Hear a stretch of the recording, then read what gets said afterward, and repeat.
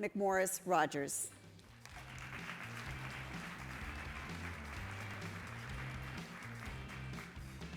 Thank you, Nina. Great. Great.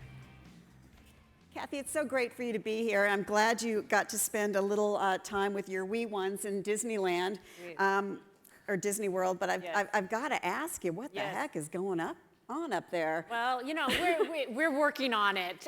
Certainly, Speaker Boehner's announcement, and then last week with Kevin McCarthy's announcement that he was pulling out of the race for Speaker has caused some unrest, uncertainty. Took you by surprise. Yes, took me by surprise. But I'll say this. I think we're having some very important conversations within our conference among the members, digging deeper than we usually do. And I believe it is very important that, first and foremost, we start figuring out how to build the trust internally. We have to do that. We have to be more effective.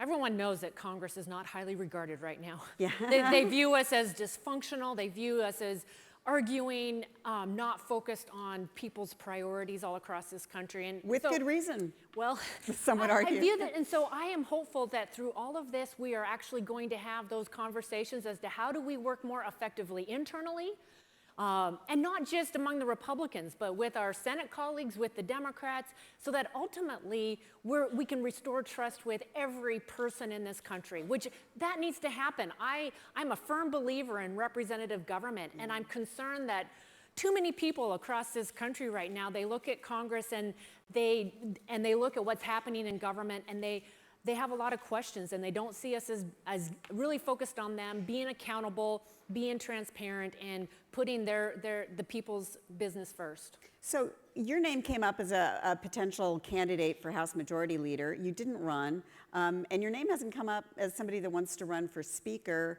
You didn't think of putting yourself out there? Yeah, you have to be the right person at the right time. And I did spend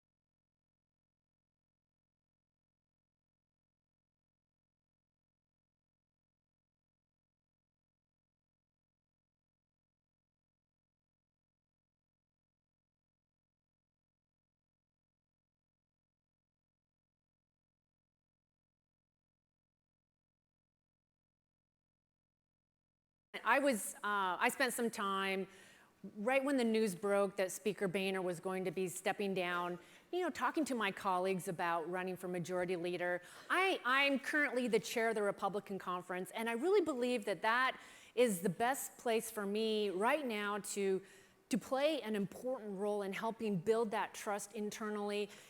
It starts with communication. We gotta, as simple as it is, you don't have trust if you don't have communication. And odds that Paul Ryan will run and, of course, win? What are your odds? Well, it would be great if Paul would run for Speaker. It was not part of his plan to run for Speaker, and so he's taking some time with his family to decide if that is the best position for him. But I think Paul has both the trust of the people in the conference, as well as the vision that we need and that I want to be portraying for every person in this country. I want people to see us as offering a better opportunity and better life for people. So let's talk about you before we get more to your job of herding cats up there.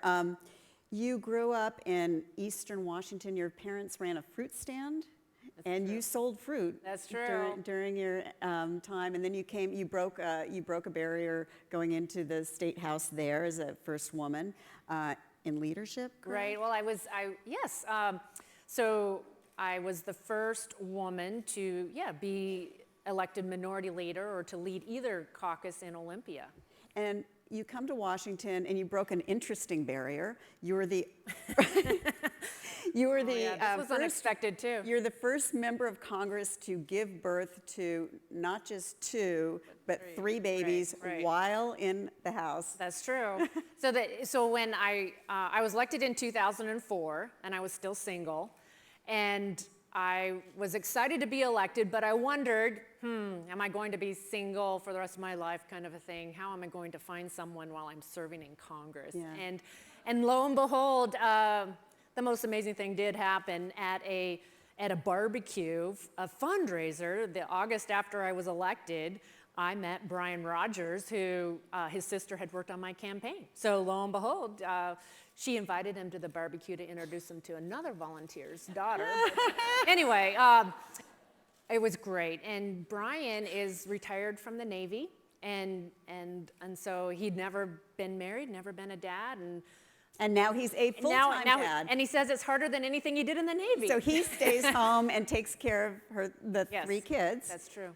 In your first pregnancy, Yes, at 8 months, you Yes. got some news. that's true. As excited as I was going through that pregnancy, I went in for the 8-month ultrasound. You kind of hold your breath through any of those checkups. And she was checking everything, and lo and behold, she spotted this blockage in the intestine. She called it duodenal atresia. She said as soon as your baby's born, you're going to have to go into surgery because you can't survive without the blockage. And you should also know that 1 out of 3 with this blockage is born with Down syndrome. And they kind of just went through it, but boy, you hear that and you register. And so yes, I went home and Googled duodenal atresia, Googled Down syndrome, learned a lot more, and wouldn't you know, Brian and I went on a long walk the next morning, Saturday morning. We're taking the dog for a walk, just kind of getting our head around what we might be facing. And I ended up going into labor that afternoon, and it was on the forefront of my mind, certainly, does this baby have Down syndrome? And they couldn't tell for sure when Cole was born, but 3 days later, after the blood test, it was confirmed that he was born with that extra 21st chromosome. Not the news that you ever think you're going to receive. And yet, today, 8 years later, I will tell you, Cole is the best thing that has happened. Yes, it has been tough. How has Cole changed your perspective? Well, Cole he's just a delightful guy. We just did a big meeting at the school last week, and it was just kind of going through how he's doing in every category. And one of the ladies that works with him said, he has so much personality, and he is so committed. He just wants to do better, to do his best. And he's mainstreamed in a class, yeah. Yes, so he's in 3rd grade. I've learned a lot from Cole, but I believe that I'm a better person, I'm a better legislator. I would say first and foremost, it is that through Cole, I've been reminded, and I knew this before, but I'm reminded every day that every person has tremendous potential and has something worth offering. And I'm reminded to celebrate every development, every success.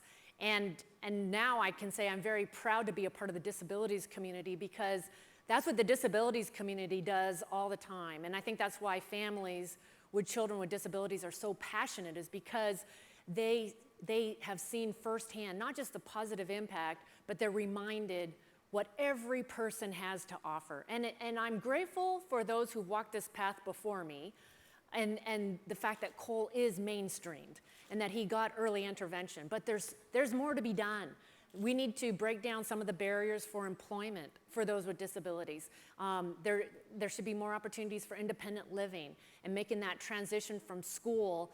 Instead of too many, they still end up on the couch watching TV when they've gone through our entire school system, and they have higher expectations. And so we as a society need to be embracing what they have to offer. So just going back to Congress, since we have, I know it's like, but we only have a few minutes left. Yes. Your job basically at the Republican Policy Conference is to kind of bring together members and help them with, discuss policy and bring some sense of unity. Yes. But given that this place is so dysfunctional now, you're not running for speaker, but if you were there, what kinds of changes would you make to make the place less dysfunctional? Well, a lot of businesses, organizations, I think, are going through a transition that Congress has not yet done, and too many of the decisions. Called disruption. Well, yeah. I want to be we need positive disruption on Capitol Hill. We need to rethink the way that Congress does business, and I think a lot of it is still top down. It's still many decisions, most decisions made by leadership or committee chairman, and there is this desire by the members for a more bottom-up approach and to really look at the way that the processes, the structure of Congress, to change it in a way that's really going to empower the members. And some of that is driven by the fact that 2/3 of our members, 2/3 of the 247 Republicans serving in the House were elected in the last 5 years or less. So, and they have come here to do big things. They would like to be more contributors. They'd like to be involved in really figuring out what is that vision and how do we communicate that vision that we have for everybody in this country, and then the policy strategies to fill in that vision. So I really think, and you look historically, it's not unusual for Congress to go through some kind of a restructuring. There was a big restructuring in the early 90s and the early 70s, and I almost think it's time. We need to think, what is the Congress of tomorrow? And how do we function in 2015? Yeah, the Uber Congress. Yes. But still, you're faced right now with this caucus of about 40 members, the Freedom Caucus, which is really interested less in governing than in making a point, a lot of people would argue. Is that what how you view them? Well, they need to be forced to take some ownership too, and not just talk about what's wrong, but they need to be put in a position where they can contribute and to be a part of actually solving problems, coming up with solutions. It just seems like the way that Congress is currently structured, the rules that we have in place, all of that needs to be looked at, and that's what I'm leading right now. I'm leading an effort to look at how do we become more effective, and how does every person in our conference feel like they can be more of a contributor, and that no matter what the policy is, it's not just being on a certain committee, but that gives them an opportunity to engage and challenges kind of the status quo and the way that things have always been done, because that's the way they've always been done. You know, we had Warren Buffett on the stage a little bit earlier, and he said, and a lot of other people have said, that we really are in a three-party system now. It's not a two-party system, but do you feel like there's some credibility to that view, that the Republican Party right now is really just two different parties, and it's hard to keep it together? What I see is that there's just a lot of frustration that stems from a breakdown in just getting things done. And so if we could look at how we're more effective, and a lot of people, you hear it termed, returning to regular order. But it's kind of returning to what you learn in grade school as to how Congress is supposed to operate. And it's legislation starts in committees, and every person has an opportunity to introduce the amendments and have the debate and make your case. And that hasn't been happening in recent years, no matter the party. So give me, and give me one quick thing that you would do to help solve the bitter partisanship on Capitol Hill. Well, I think there's a lot of truth to returning to regular order, because I think through that process you build trust. You end up, yes, Republicans and Democrats ultimately have to sit down at a table. They have to negotiate and come up with an agreed upon way to move forward. And that needs to happen. And as simple as that is, it isn't happening right now. Cathy McMorris Rodgers, thank you so much. We need more of you up there. Thank you, Nina. Thanks for having me.